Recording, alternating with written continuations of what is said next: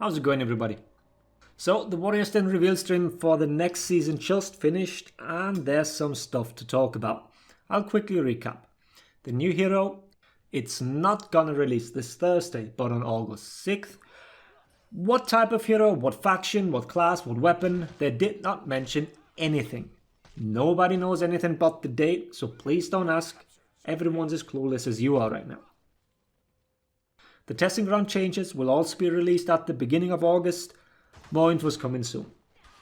Centurion Rework is gonna come out this week. We'll go over the changes in a second. Other hero balance, same as Cent, we'll briefly go over them in just a bit. Test Your Metal is back. For 3 weeks you'll be able to grind the old stuff, as well as new armors and weapons for the characters that have been released since then.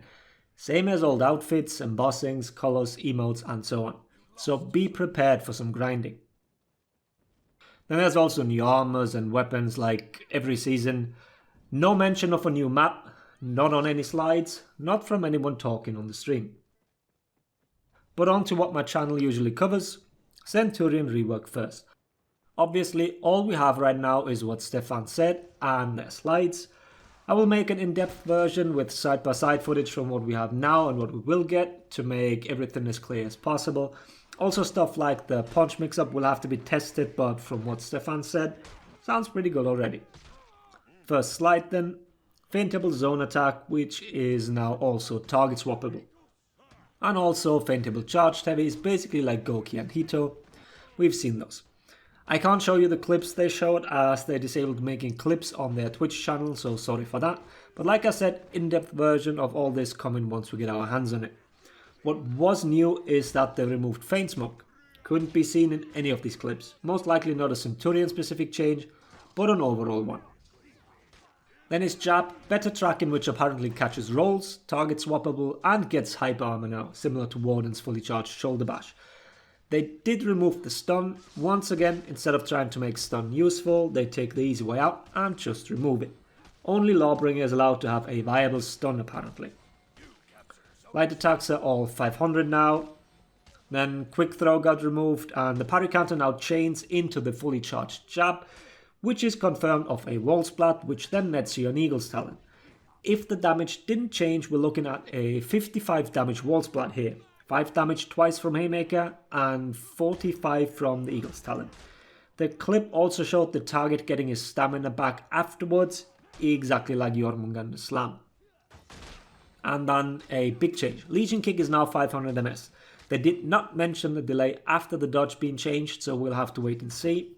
But this could mean that he now has a usable neutral bash, a variable timed combo bash, and chargeable neutral heavies, which translates into a Centurion will still never throw a light from neutral. But this also means the character looks pretty viable now. The forward dodge heavy had insane tracking in the clip they showed, similar to Warden's Valiant Breakthrough. This move will have no issue tracking rolls, it just zoom forward. All in all, Centurion is looking pretty good. We'll put him to the test this Thursday, but it's looking promising. Moving on to the other balance changes, first of all, not all of these seem to make sense. We'll have to look at them in the context of the upcoming testing ground changes. And even then, some seem a bit weird or over the top. Starting with George. Hyper armor startup on heavies are later now, something we've discussed in the past as these made no sense considering Hito's got nerfed. The forward dodge heavy in particular is way worse now in that regard. Depending on whether they changed the guard break vulnerability on it, you all might have lost an option select. Stamina drains and pulses also got decreased. We'll have to wait and see what the actual values are. Can't really tell much but the direction they want to take with it. Frame advantage changes. What this basically means is that he can no longer light spam you down like he did in the last testing rounds. A possible side effect of this might be that they removed the ability of his lights to ledge. His bashes don't ledge unless the opponent is out of stamina, but the follow-up lights did ledge. We'll have to test if this had an effect. Now for Hito. If you're a Hito main, go grab some tissues. This won't be pretty. She was severely nerfed. All these changes seem to stem from people complaining that they got spammed down by her. Uncharged heavies no longer get hyper armor, finisher light no dodgeable and not enhanced. Sweep much slower, which I can't tell what this will do unless I see it in game. And then her tier 4 being parryable. Brilliant idea. Can I parry Fire Flask too, please? Thanks. In coordinated ganks, people will still GB for it. Gouki's singular light spam got nerfed, armor comes up later, which means he can't blindly interrupt a trade with it anymore. Or at least this is the intention. I think this requires some actual game time with the character to make sure this works. And then GB vulnerability got changed, they gave no actual value, another thing to test. JJ's and Lawbringer's health got nerfed, about time I'd say, and then Impale got nerfed. This should mean that you can no longer impale someone off a counter guard break. An easy gank option got removed, or rather an easy ledge. Long arm will be his main ganking tool now. Nusha had feat changes, Infection and Deadly Duet got buffed. She'll probably still run Bounty Hunter, and people with Infection on them will still roll out of the fight if they have half a brain.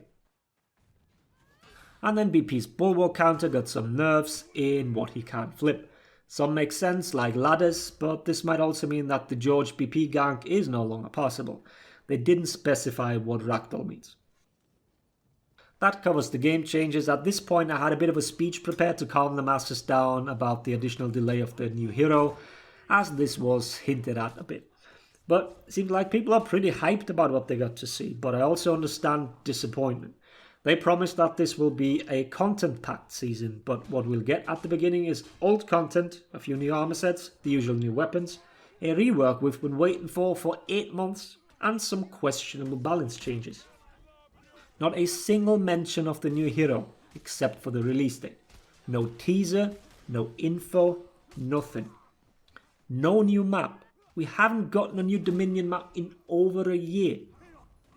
I guess I'm swinging in the complete opposite direction of what I had initially planned in this segment.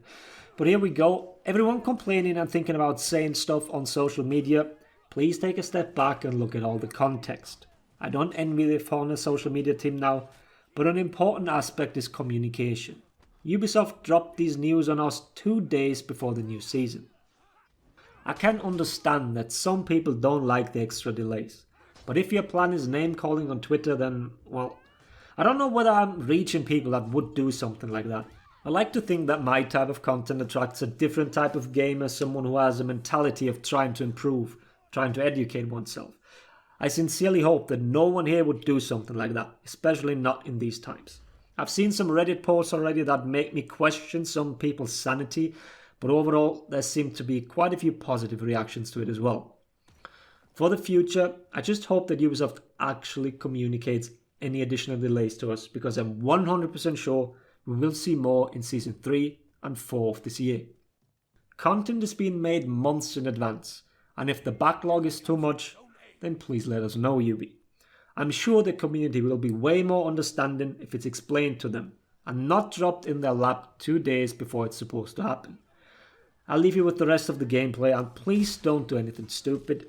More videos about the season are obviously coming once I get my hands on it. Let me know if you have anything specific in mind that needs in-depth explaining. Thanks for watching. Laters, everybody. Oh, are they?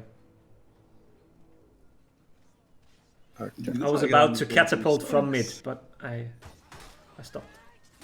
Yeah. I have 3 people in there. You can try again. You don't have to GBI, I'm very dead, but they don't.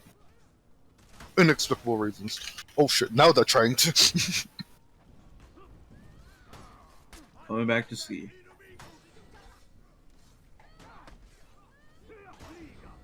What's BP's revenge for a punish? Never mind, I'm fucking dead. I'm gonna zone trap him. Oh my god, what is this Out of CC? zone input. No! Dude, I just got here. Fucker. You know what? I'm just gonna come in here, you fuck. Alright, no, we're playing bad characters for me. This is annoying. We're gonna lose B in a second, yeah. Sure. This is a tragedy. Alright, let's take B back. Yeah, I am. It's just... I'll clear the lane. Come on, bros. I have oath breaker now. The fun breaking mechanic. I'm gonna go fuck up this guy boosting at C. Raider is coming to A. Nobushi's coming over to B. He's just chilling all back coming here in? or whatever. Free A, 1C. Wait, fuck? What did you just tell me? Free A, 1C. Shit. What? I'm coming up the ladder. This Was is my placement so bad? There you go. Oh my god. Whew.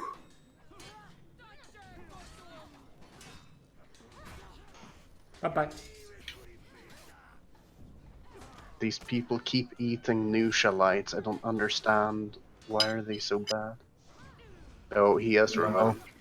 He still has fucking his tier 2 on. Shit. Hi, Caltrop. That's the Kill. progress. I don't understand how people can spam offensive stance lights. That shit's like so awkward to do. Yeah. Spam the emote between it.